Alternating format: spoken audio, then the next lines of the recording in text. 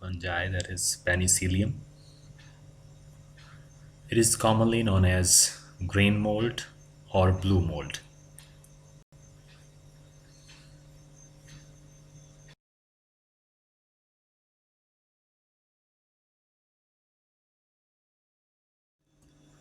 Next हम discuss करेंगे आज के लर्निंग ऑब्जेक्टिव्स के बारे में. आज हम डिस्कस करेंगे पेनिसिलियम की अकरेंस के बारे में, इसका थैलस स्ट्रक्चर कैसा होता है, न्यूट्रिशन कैसी है और ये कैसे रिप्रोड्यूस करता है. Before discussing this we will start with classification. इसमें जो डोमेन है that is the highest rank in classification, वो है यूकैरियोटा. मीन जो सेल हैं वो यूकैरियोटिक सेल हैं, किंगडम है फंजाई और डिवीजन है Ascomycota. This is a higher fungi. Then class is Eurasiomycetes, order is Eurasiales, and family is Trichomaceae. Then genus is Penicillium and species is Notatum. So this is all about its classification. First, occurrence. Before discussing its occurrence, its common name is blue mold or green mold.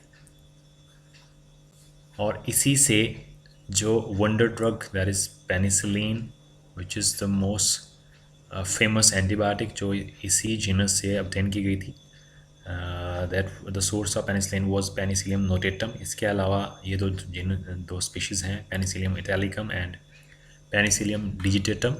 They are also used for the manufacturing of this antibiotic penicillin. There is a species of penicillium that is Gryciofulvum. It is again a source of antifungal agent जिसका नाम है Gryciofulvin. एक chemical substance है जो इस species से मिलता है. Then there is another species of penicillium जिसका नाम है Penicillium roqueforti and Penicillium camemberti.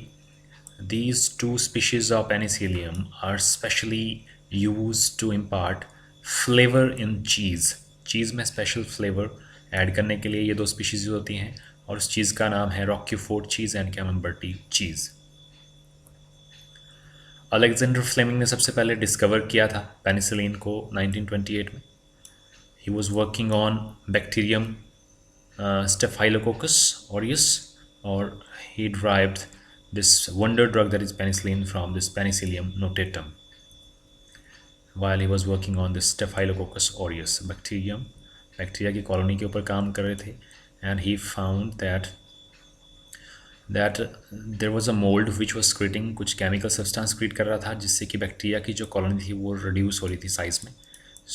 यहाँ से उन्होंने इस वंडर ड्रग पेनिसिलिन को डिस्कवर किया था. अकरेंस की बात करें it is saprophytic in nature and found in all the habitats. जहाँ पे भी सूटेबल हैबिटेट मिलता है वहाँ पे ये ग्रो करता है. थैलोस्ट्रक्चर. इसका जो माइसीलियम होता है प्रोफ्यूजली ब्रांच्ड होता है, सेप्टेट होता है, इसमें सिनोसिटिक कंडीशन नहीं होती है and made up of thin walled cells. और इसमें एक सेल के अंदर एक से ज़्यादा न्यूक्लियाई हो सकते हैं. This is the thallus. Profusely branched होता है और इसके जो हाइफा होते हैं उनमें सेप्टम प्रेजेंट होते हैं. न्यूक्लियस एक होता है और एक से ज़्यादा भी हो सकते हैं. और ईच सेप्टम है सेंट्रल पोर. एक सेंट्रल पोर होता है हर एक सेप्टम में जिसके थ्रू ये ट्रांसफ़र करता है मटेरियल साइटोप्लाज्मिक कंटेंट एक सेल से दूसरे सेल में. एंड सेल वॉल जो बनी होती है that is made up of fungal cellulose जिसको बोलते हैं chitin. This is the septum that we can see. This is the cell and this is the septum with simple pore. एक pore present होता है जिसके थ्रू साइटोप्लाज्मिक एक्सचेंज होता है दो सेल्स के बीच में. और इसकी जो सेल वॉल है that is made up of chitin. कुछ एक माइसीलियम सबस्ट्रेटम के ऊपर बहुत डीपली ग्रो करते हैं and they helps in absorption of food material from that substrate.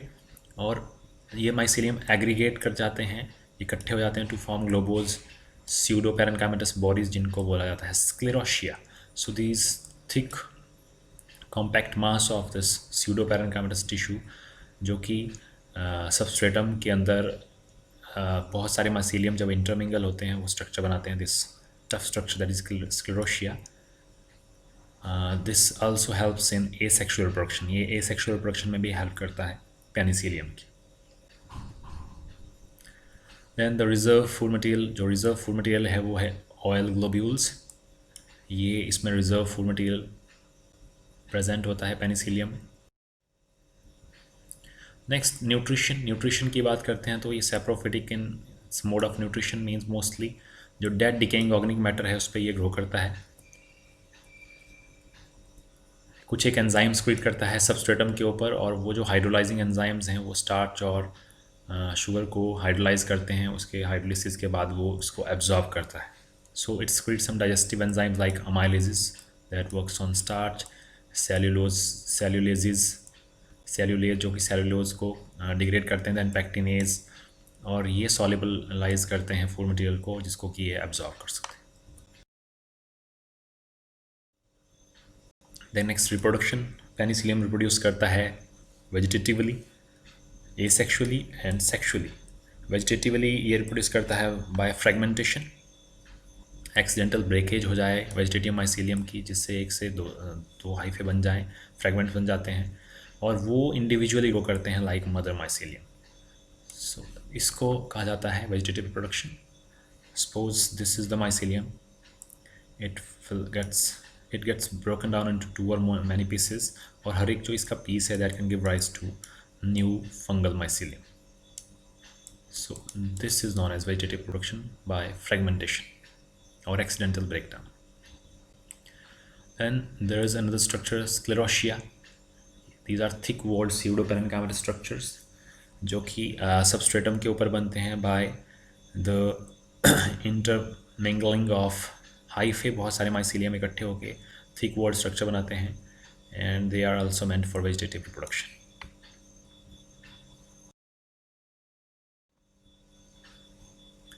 Next asexual reproduction.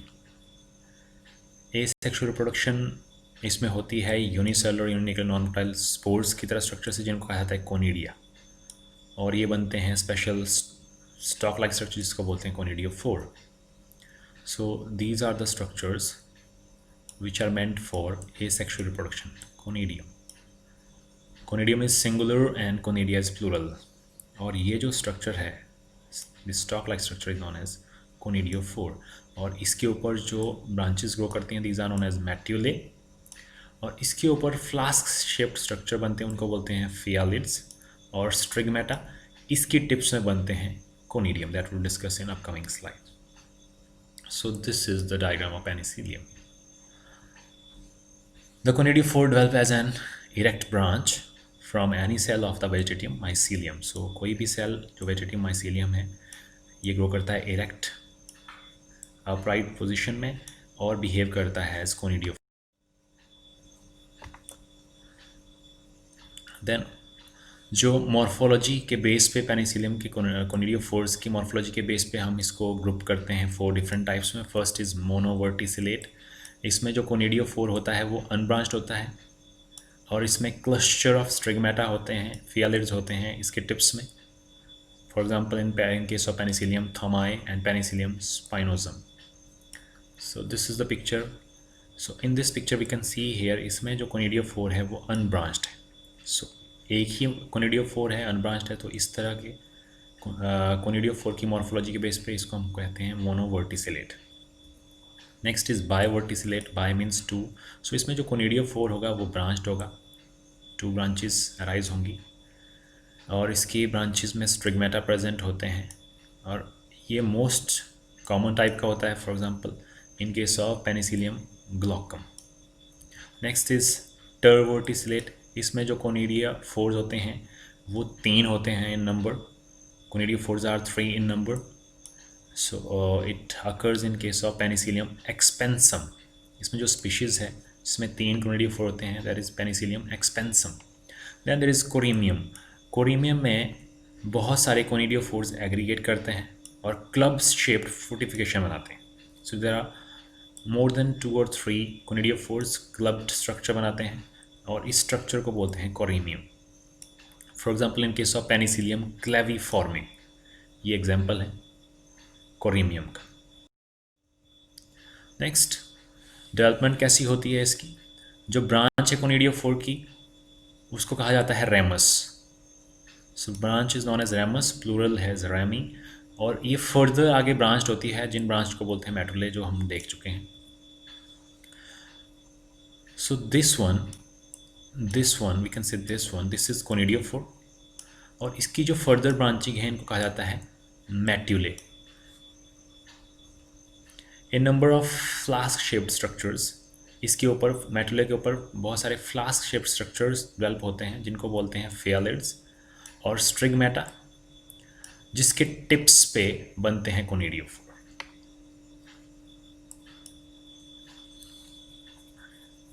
और जो स्ट्रिगमेटा होते हैं, दीज आर मेटुले। ये जो फ्लास्क शेप्ड स्ट्रक्चर्स हैं, in this picture we can see here ये जो स्ट्रक्चर है दिस इज मेटुला। और ये जो फ्लास्क शेप्ड स्ट्रक्चर है इसको कहा जाता है फेलिड। और स्ट्रिगमेटा इसके टिप्स में बनते हैं कोनिडिया। और इनकी जो अरेंजमेंट है कोनिडिया की, that is basipetal. Basipetal means जो यंगेस्ट होगा that is at the base, और जो ओल्डेस्ट है वो टिप में प्रेजेंट होता है। So this arrangement is known as basipetal arrangement. So development इनकी इस अरेंजमेंट में होती है, ओल्डेस्ट टिप में होगा और जो यंगेस्ट है वो बेस में होगा। So this is the picture which shows development of this conidiophore. This is the stigmata और फेलिड। इसके टिप्स में जो न्यूक्लियाई है डिवाइड करेगा और एक शिफ्ट हो जाएगा इसमें, then there is septa formation and ये बना देता है राउंडी स्ट्रक्चर जिसको बोलते हैं conidium. This is the first conidium. Then second one is formed by again this repetition of same process, वैसे ही बनता है। और जो ओल्डेस्ट होगा वो टिप में होगा और यंगेस्ट बेस में होगा, और इस अरेंजमेंट को कहा जाता है बेसिपिटल अरेंजमेंट। द नेक्स्ट जो डेवलपमेंट होती है कोनिडियम की, उसमें जो स्ट्रिग्मा होता है वो स्वेलअप हो जाता है और न्यूक्लियस डिवाइड करते हैं माइटोटिकली जिस 2 न्यूक्लियाई में। इसमें एक न्यूक्लियस माइग्रेट करता है स्वोलन टिप में और एक रहता है बेस में ही। और there is a formation of partition wall in the swollen region जो कट ऑफ करता है मदर सेल को and forms the uninucleate conidium, और एक यूनिन्यूक्लिएट कोनिडियम बनता है जो हमने डिस्कस किया। Like this nucleus will undergo mitosis. 2 nuclei divide करके बनेंगे, एक न्यूक्लियस ट्रांसफर हो जाएगा इसके टिप में, then there is septa formation. Septa formation के बाद this rounded structure is form, this is conidium. And this process is repeated again and again. The tip of stigma swells up again following the same procedure. Second conidium बनेगा जो कि first को push करता है towards outer side. सो इस तरह से जो ओल्डेस्ट होगा वो टॉप में होगा और जो यंगेस्ट है that is at the base, and this type of arrangement is known as basipetal arrangement. The process repeats several times और एक चेन ऑफ कोनिडिया बन जाएगी। So this process results in formation of chain of conidias. So in this picture we can see here जो ये these are the conidias, this is phyllid or stigmata, and these structures are known as medullae. This is conidiophore. Next conidia. Conidia कैसे structures होते हैं? These are oval, elliptical, globose structures, smooth or rough, acuminate on outer surface. Smooth भी हो सकता है इसका, rough भी हो सकता है। There may be some sort of dentation around its wall, और बहुत सारे कलर्स होते हैं इसमें that helps in classification of various species of penicillium like green, yellow, blue etcetera. So this is the structure of this conidium of penicillium. After maturation जो conidia है वो detach हो जाते हैं मदर्स जो मदर्स स्ट्रिगमेटा है, and they are dispersed by wind. Wind disperse करता है इसको। जैसे ये सूटेबल सबस्ट्रेटम के ऊपर फॉल करेगा, they will germinate by developing the germ tube. Germ tube की हेल्प से ये जर्मिनेट करते हैं।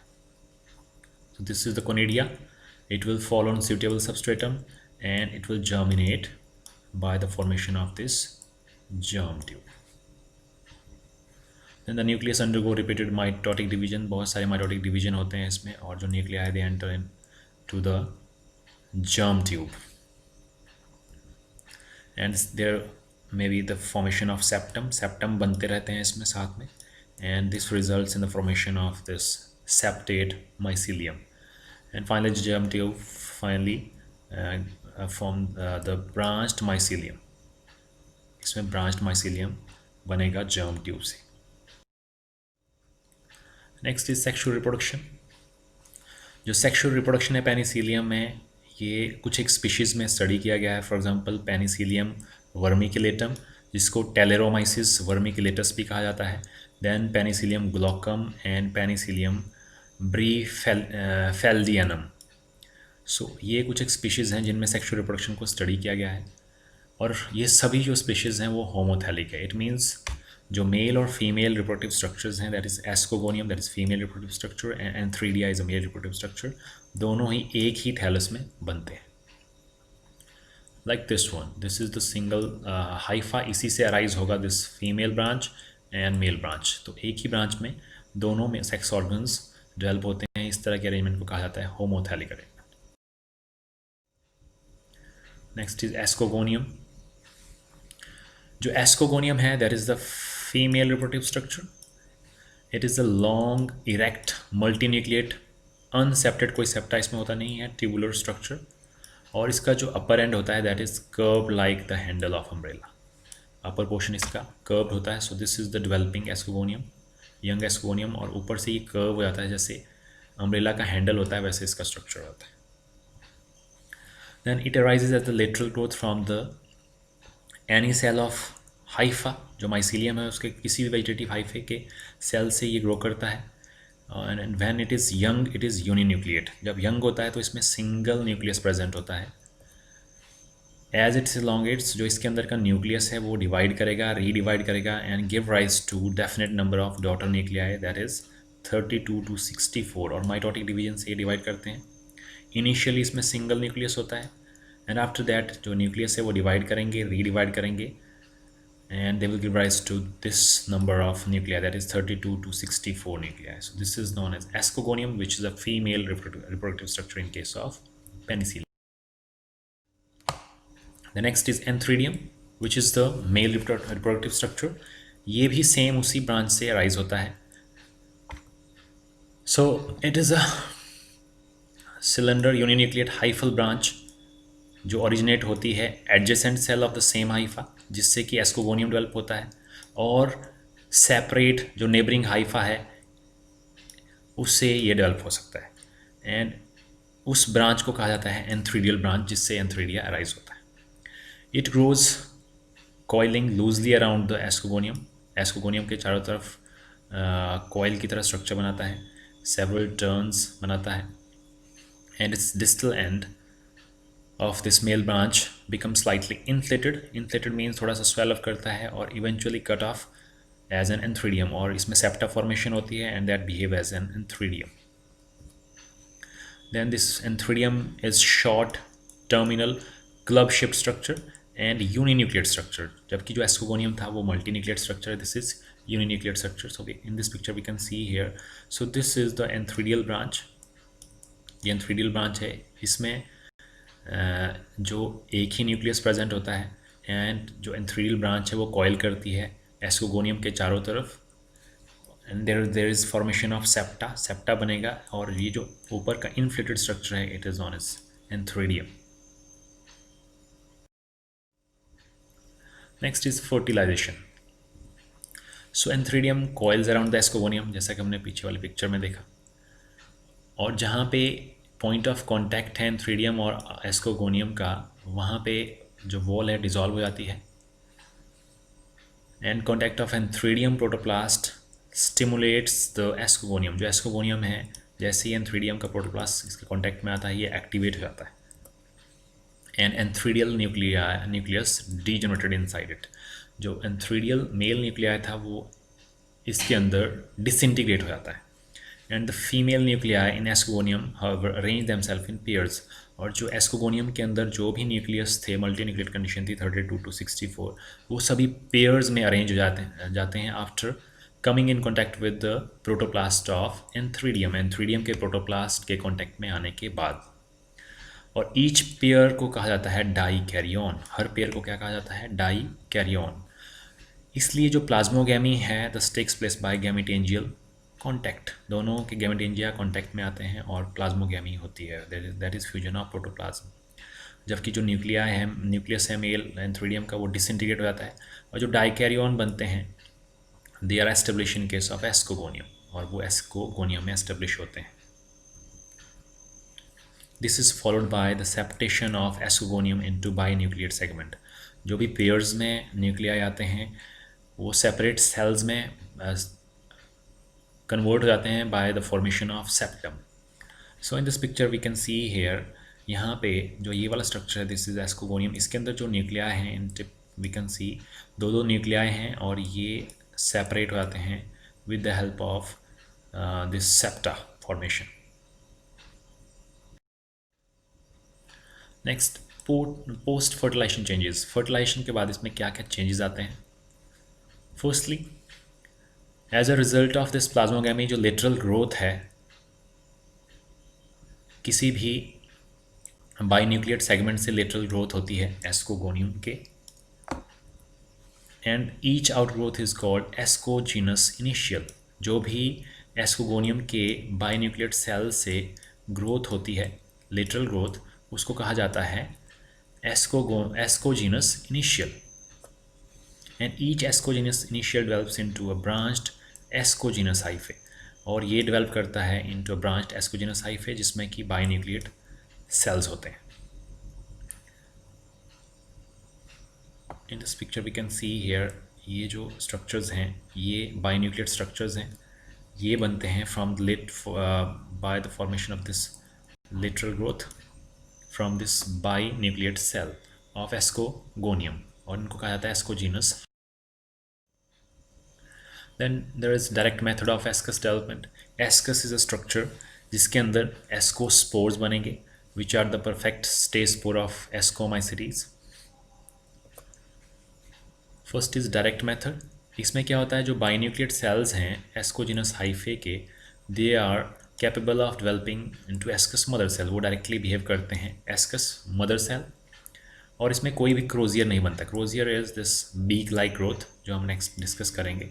इसमें कोई भी ऐसी बीक लाइक ग्रोथ नहीं होती है, और जो बाइन्यूक्लिएट सेल है वो एनलार्ज होता है into sac like structure, develops into a sac like structure. It is the ascus mother cell, जिसको एस्कस मदर सेल कहा जाता है। और जो दो न्यूक्लियाई हैं एस्कस मदर सेल के, दे इवेंचुअली फ्यूज, दोनों फ्यूज हो जाएंगे, and it will give rise to this globose pear shaped structure which is known as ascus. And the cell containing this fuse nucleus that is synkaryon, इसको कहा जाता है young ascus, और इसके अंदर बनेंगे ascospores. In this picture we can see here, कोई भी जो एस्कोगोनियम का सेल है बाइन्यूक्लिएट सेल, इसकी लेटरल ग्रोथ से डेवलप होता है एस्कोजीनस हाइफा। जो ये हाइफा डेवलप हो रहा है इससे, this is known as ascogenous hypha, और ये ब्रांच्ड होता है। इसके किसी भी एक टिप में जो सेल होते हैं it becomes globose and behaves as ascus mother cell. After differentiation of this ascus mother cell, इसका जो इनके जो न्यूक्लियाई हैं बाइन्यूक्लिएट कंडीशन है, it they undergo fusion, results in formation of synkaryon, और this structure will behave as young ascus. So this is known as direct method of ascus development.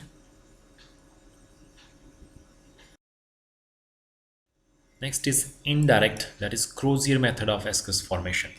इसमें crozier बनता है. So the terminal binucleate cell of ascogenous hyphae or their branches curl over and form the hook-like structure, जिसको कि crozier कहा जाता है. Then जो binucleate cell हैं बोथ केसेस में वो एनलार्ज होते हैं and function as ascus mother cell, इसमें भी सेम वैसे ही. Then it is the last structure of dikaryophase. जो डाइकैरियोफेज है मींस दो nuclei without fusion they lie in the cell, this is the last phase of dikaryophase. Then the two nuclei will eventually fuse, दोनों ही fuse कर जाएंगे and this is known as karyogamy, fusion of nuclei. इस karyogamy के साथ ही जो dikaryophase है वो ख़त्म हो जाता है and it starts the diplophase, means diploid structures बनते हैं, और after fusion diplophase begins. Then जो सेप्टा है, जो सेप्टेट एस्कोगोनियम है, इसके अंदर डिप्लॉयड न्यूक्लियस प्रेजेंट हैं, और जो वो सेल्स हैं उनको कहा जाता है young ascus. This is similar to that of the direct method of ascus formation. इसमें जो डिप्लॉयड स्ट्रक्चर है, this is the only diploid structure in the life cycle of this penicillium and it is short lived. ये short lived होता है, ज़्यादा time तक नहीं रहता है. This diplophase is short lived and after the formation of this diploid nuclei, it will undergo meiosis. So this structure, this curled structure is known as Crozier, और इसके टिप में ये जो स्ट्रक्चर है स्वेल अप होता है. It undergo fusion. Fusion के बाद इसमें सिन कैरियन बनता है. This synkaryon is the only diploid structure which is formed in the life cycle of this Penicillium. ये इट अंडरगोज मियोसिस इमीडिएटली, जिससे कि हैप्लॉइड न्यूक्लियाई बनते हैं.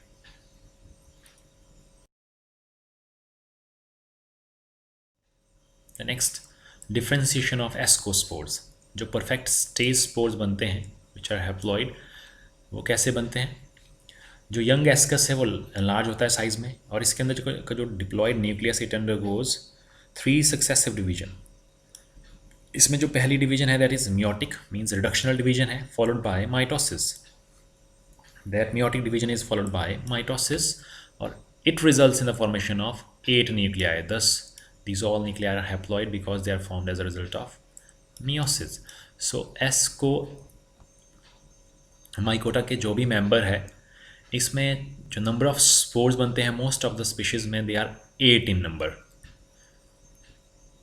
सो in this picture we can see here जो ये diploid nucleus है, it will undergo meiosis. First division is meiosis, then it will undergo mitosis. दो simultaneous division होते हैं माइटोसिस के, that results in the formation of 8 nuclei, और ये सभी न्यूक्लियाई होते हैं haploid because they are formed as a result of meiosis. जो न्यूक्लियस है इसके सराउंड गैदर होता है साइटोप्लाज्म. हर एक न्यूक्लियस के चारों तरफ साइटोप्लाज्म इसको कवर कर देगा, and it results in the formation of uninucleate protoplast, and they will secrete its own cell wall. ये अपनी खुद की सेल वॉल बनाते हैं, and finally gets differentiated into uninucleate ascospores, और finally ये बनाते हैं uninucleate ascospores. इसमें जो नंबर ऑफ एस्कोस्पोर्स बनते हैं एक एस्कस के अंदर, दे are 8 in number, and ascospores are 8 in number and formed by the method of free cell formation in each mature ascus, which may be spherical or pear shaped in appearance.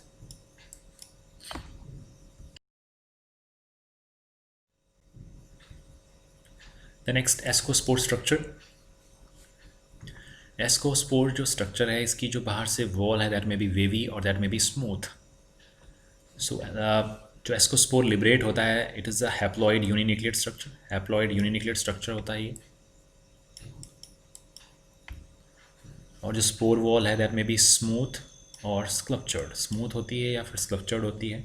It is differentiated into 2 layer, that is outer epispore and inner endospore. बाहर की epispore है, अंदर की endospore है. The epispore is usually thick sculptured in face view, and the ascospore is round to star shaped. जो epispore होता है वो थिक वॉल स्ट्रक्चर है, स्क्लप्चर्ड है इन फेस व्यू, जैसा कि हम यहाँ पे देख सकते हैं. View in the ascospore and round to star shaped.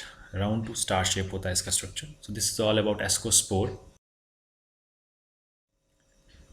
Next is formation of ascocarp. Ascocarp is the fruiting body जिसके अंदर बनते हैं ये एस्कस, और एस्कस के अंदर बनते हैं एस्कोस्पोर्स.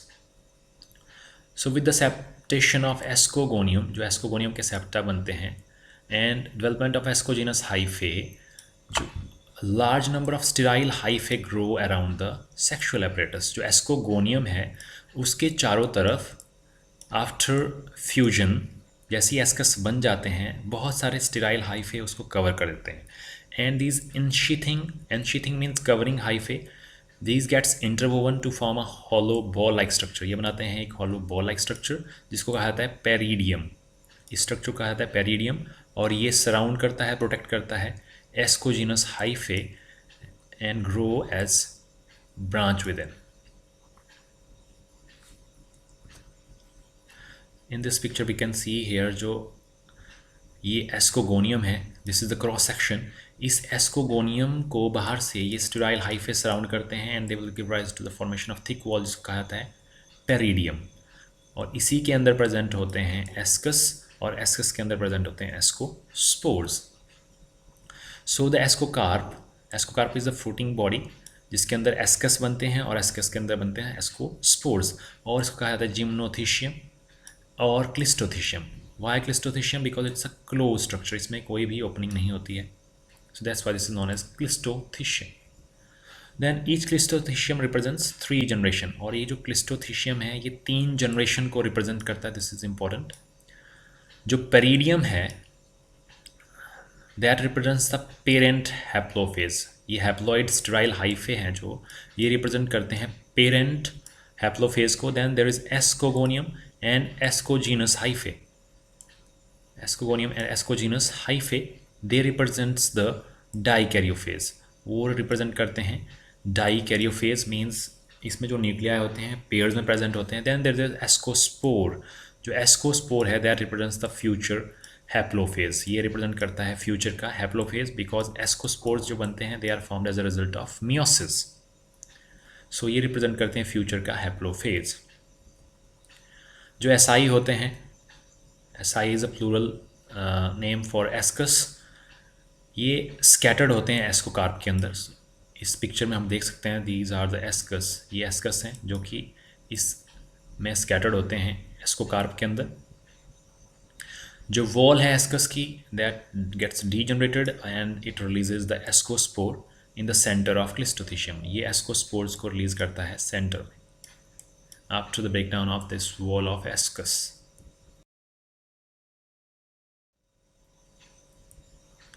नेक्स्ट लाइफ साइकिल, इसका जो लाइफ साइकिल है as we have discuss penicillium haploid है, इसकी जो मेन थैलस है it reproduces asexually by the formation of this conidia and also by fragmentation, conidia germinate करते हैं और पेनिसिलियम का हाइफा बनाते हैं। मोस्टली जो सेक्सुअल रिप्रोडक्शन होती है पेनिसिलियम के केस में वो होमोथैलिक होती है, मींस मेल और फीमेल रिप्रोडक्टिव स्ट्रक्चर एक ही थैलस से अराइज होते हैं। इसमें जैसे ही antheridium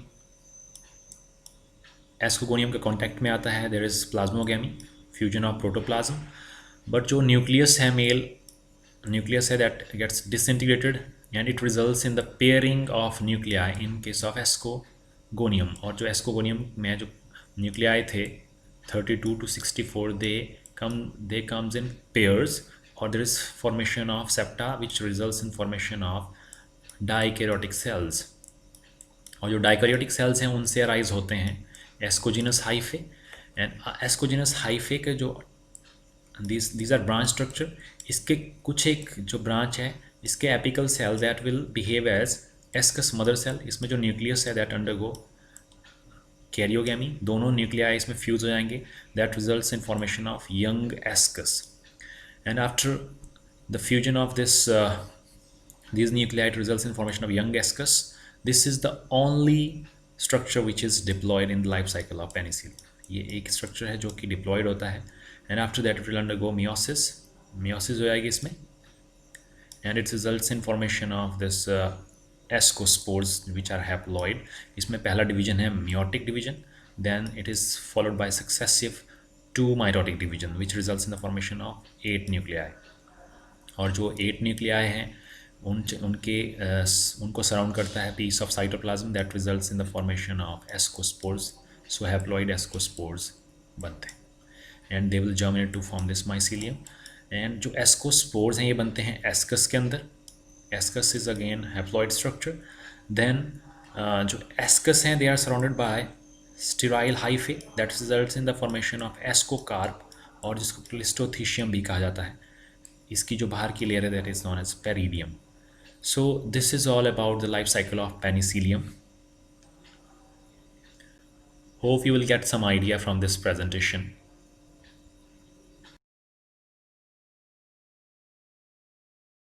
Ask in the comment section. Thank you. Have a great day.